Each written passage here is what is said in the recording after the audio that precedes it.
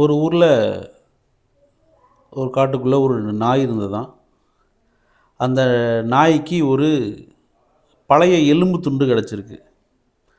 அந்த எலும்பு துண்டை அந்த நாய் என்ன பண்ணுறதுன்னு தெரியாமல் எடுத்து கடிச்சு கடிச்சு பார்த்துருக்கு. கடிக்க கடிக்க அந்த எலும்பு துண்டுலேருந்து ரத்தம் வரதா நினச்சி அந்த நாய் அந்த எலும்பு துண்டை வேக வேகமாக கடிக்க ஆரம்பித்த பிறகு ரொம்ப நேரம் கழித்து அந்த நாய் விழுந்து இறந்துடுது.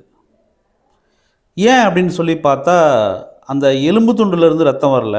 அந்த எலும்பு துண்டை கடித்ததுனால அந்த எலும்பு துண்டு நாயினுடைய வாயில் பட்டு அதனால் வந்த ரத்தம், அந்த நாயோட ரத்தமே தான் அது.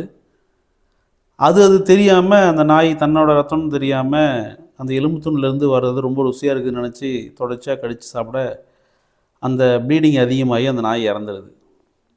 பல நேரங்களில் நம்மளுடைய வாழ்க்கையில் நம்ம இருக்கக்கூடிய தேவையில்லாத பழக்க வழக்கங்களும் அந்த நாய்க்கு கிடைச்ச எலும்பும் கிட்டத்தட்ட ஒரே மாதிரி தான்.